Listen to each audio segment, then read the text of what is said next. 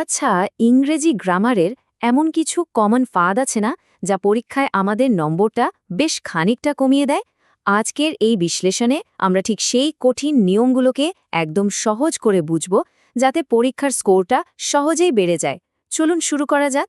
এই যে এফেক্ট নাকি ইফেক্ট, আবাভ নাকি ওভার, পরীক্ষার হলে এই সাধারণ প্রশ্নগুলোই কিন্তু মাথাটা ঘুরিয়ে দেয়, তাই না? কিন্তু মজার ব্যাপার হলো, এই ছোট ভুলগুলো এড়াতে পারলেই স্কোর অনেকটাই বেড়ে যেতে পারে। চলুন আজ এই কনফিউশনগুলো একবারে দূর করে ফেলি। তো আজ আমরা ধাপে ধাপে কয়েকটি খুব গুরুত্বপূর্ণ বিষয় দেখব।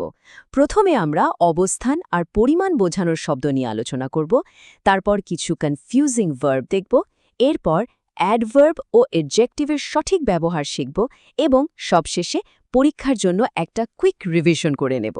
চলুন তাহলে একদম প্রথম টপিকে চলে যাই। এখানে আমরা দেখব এমন কিছু শব্দ যা কোনো কিছুর সঠিক অবস্থান বা পরিমাণ বোঝাতে আমাদের সাহায্য করে। অ্যাবাভ আর ওভার দুটো শব্দের মানেই তো উপরে, তাই না? কিন্তু এদের ব্যবহারে একটা সূক্ষ্ম পার্থক্য আছে। যখন আমরা একটা ফিক্সড লেভেল বা স্তরের কথা বলি, যেমন ধরুন সমুদ্রপৃষ্ঠের উপরে বা 0 ডিগ্রির উপরে, তখন আমরা অ্যাবাভ ব্যবহার করি। অন্যদিকে যখন কোনো কিছুর ওপর দিয়ে গতি বোঝায়, মানে মুভমেন্ট বা কোনো কিছু ঢেকে দেওয়া অথবা পরিমাণ বোঝানো হয়, যেমন দেয়ালের ওপর দিয়ে লাফানো বা 100-র বেশি, তখন ওভার ব্যবহার করা হয়। তাহলে এই প্রশ্নটার উত্তর কি হবে বলুন তো? যেহেতু এখানে তাপমাত্রা একটা নির্দিষ্ট পয়েন্ট মানে 0-র সাপেক্ষে মাপা হচ্ছে, এখানে তো কোনো গতি বা ঝেঁকে দেওয়ার ব্যাপার নেই।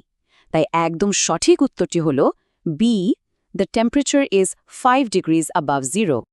এই যে আনুমানিক বা প্রায় বোঝাতে কতগুলো শব্দ আছে, কিন্তু পরীক্ষার খাতায় কোনটা লিখলে সবচেয়ে ভালো নম্বর পাওয়া যাবে? দেখুন, এই টেবিলে ব্যাপারটা খুব সুন্দর করে দেওয়া আছে। অ্যাবাউট বা রাফলি আমরা সাধারণ কথাবার্তায় ব্যবহার করতেই পারি, কিন্তু ফর্মাল লেখা, বিশেষ করে পরীক্ষার জন্য, স্লাইডের শেষ শব্দটি অর্থাৎ অ্যাপ্রক্সিমেটলি ব্যবহার করাই কিন্তু সবচেয়ে নিরাপদ। আচ্ছা, এবার আসা যাক আমাদের পরের সেকশনে। এখানে আমরা এমন কিছু ভার্ব নিয়ে কথা বলবো যেগুলোর মানে খুব কাছাকাছি হওয়ায় প্রায় আমাদের ভুল হয়ে যায়। লেট, অ্যালাউ আর পারমিট, তিনটের মানেই কিন্তু অনুমতি দেয়া, কিন্তু এদের ব্যবহারের জায়গা একদম আলাদা। লেট হলো সবচেয়ে ইনফর্মাল, মানে বন্ধুদের সাথে বলার মতো, আর এরপরে টু বসে না, যেমন লেট মি গো। অ্যালাউ একটু বেশি ফর্মাল, আর এরপরে টু ইনফিনিটিভ বসে, যেমন they don't allow us to enter। আর পারমিট হলো সবচেয়ে ফর্মাল, যা সাধারণত অফিসিয়াল নোটিসে দেখা যায়, আর এটার পরেও টু ইনফিনিটিভ বসে। পরীক্ষার জন্য এই পার্থক্যটা মনে রাখা কিন্তু খুব জরুরি। এবার আসি সেই ক্লাসিক কনফিউশনে, অ্যাফেক্ট বনাম ইফেক্ট। সবার আগে অ্যাফেক্টকে বুঝি। মনে রাখবেন, অ্যাফেক্ট হলো একটা ভার্ব, মানে একটা কাজ বা ক্রিয়া। এর মানে হলো কোনো কিছুর ওপর প্রভাব ফেলা। যেমন এই উদাহরণে বলা হয়েছে, আবহাওয়া আমাদের পরিকল্পনার ওপর প্রভাব ফেলবে। মনে রাখার সহজ উপায় হল এ ফর অ্যাকশন। আর অন্যদিকে ইফেক্ট কি? ইফেক্ট হলো একটা নাউন, মানে বিশেষ্য। সোজা কথায় এটা হলো ওই কাজের ফল বা পরিণতি। আগের উদাহরণটাতেই দেখুন, এখানে আবহাওয়ার খারাপ প্রভাব বা ফল আমাদের পরিকল্পনার ওপর পড়েছিল। এফেক্ট হলো সেই কাজের ফাইনাল রেজাল্ট। তাহলে সব মিলিয়ে ব্যাপারটা কি দাঁড়ালো? এফেক্ট হলো ক্রিয়া, মানে অ্যাকশন, আর এফেক্ট হলো তার ফল, মানে এন্ড রেজাল্ট। এই স্লাইডটা দেখুন, পরীক্ষার সময় যখনই গুলিয়ে যাবে, শুধু মনে রাখবেন এ ফর অ্যাকশন আর ই ফর এন্ড রেজাল্ট, ব্যাস, আর কোনোদিন ভুল হবে না। এখন আমরা অ্যাডভার্বস নিয়ে কথা বলবো। অ্যাডভার্বের কাজ কিন্তু শুধু ভার্বকে বর্ণনা করা নয়, এটি বাক্যের বিভিন্ন অংশকে সুন্দরভাবে যুক্ত করতেও সাহায্য করে। অল টুগেদার আর অল টুগেদার, এই দুটো শব্দ শুনতে একদম একরকম, কিন্তু মানে আকাশ পাতাল তফাৎ।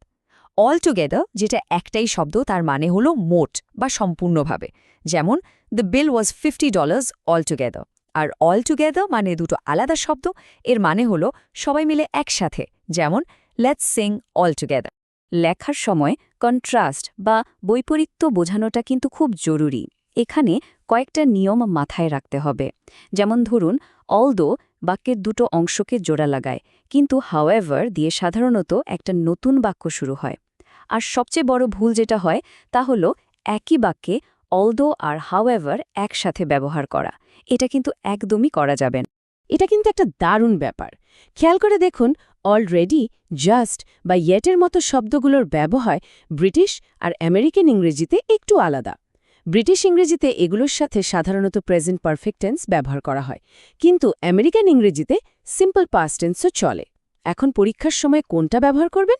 যদি ব্রিটিশ ইংরেজি ফলো করতে বলা হয়, তাহলে প্রেজেন্ট পারফেক্ট ব্যবহার করাই কিন্তু সেফ। চলুন আমাদের আলোচনার পরের ধাপে যাই। এবার দেখব অ্যাডজেক্টিভস, বিশেষ করে সেইগুলো যা দিয়ে আমরা আমাদের অনুভূতি প্রকাশ করি। এখানেও কিছু সাধারণ নিয়ম আছে যা প্রায়ই আমরা ভুল করে ফেলি। ভয় বোঝাতে এই 3টা শব্দই ব্যবহার হয়, তাই না? Scared, frightened, afraid.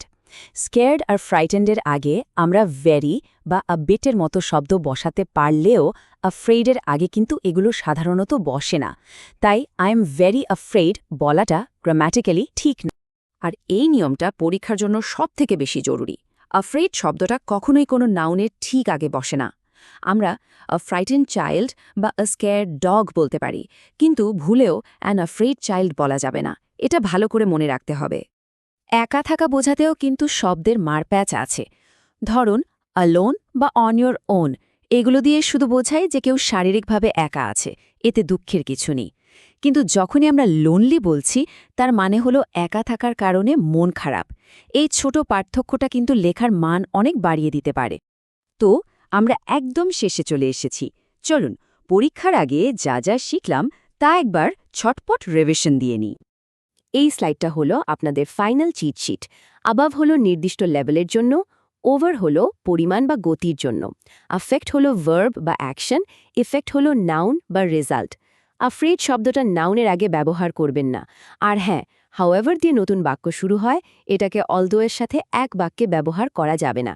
এই কয়েকটা পয়েন্ট মাথায় রাখলেই কিন্তু অনেক সাধারণ ভুল এড়ানো সম্ভব।